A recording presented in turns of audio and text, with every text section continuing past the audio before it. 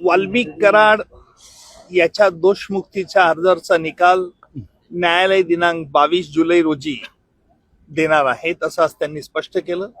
त्याचप्रमाणे आरोपींची जी प्रॉपर्टी जप्त करण्याचे जे अर्ज सरकारतर्फे देण्यात आलं होतं त्या संदर्भात कोल्हे वकिलांनी युक्तिवाद केला आणि त्याचा देखील निकाल 22 जुलैला देण्यात येईल असं न्यायालयाने आज घोषित केलं. इतर जे काही अर्ज होते इतर आरोपींचे की ज्यांनी देखील त्यांची प्रॉपर्टी जप्त करू नये अशा तऱ्हेची त्यांनी विनंती जी न्यायालय केलंय त्या संदर्भातला अर्जाचा निकाल देखील 22 जुलैला न्यायालय जाहीर करणार आहे. मला माहिती नाही, हा तुरुंग प्रशासनाचा अधिकार आहे आणि तुरुंग प्रशासन या बाबतीत निर्णय घेईल. वाल्मिक कराडला कोणत्या तुरुंगात ठेवणं अधिक सुरक्षित राहील याबद्दल तुरुंग प्रशासनाचा निर्णय असतो. तसा काही अर्ज अद्याप नाही आला. न्यायालयात अशा प्रकारचा अर्ज कोणताही आलेला नाही आणि त्याबद्दल न्यायालयाने आमच्याकडे देखील विचारणा काही केली नाही.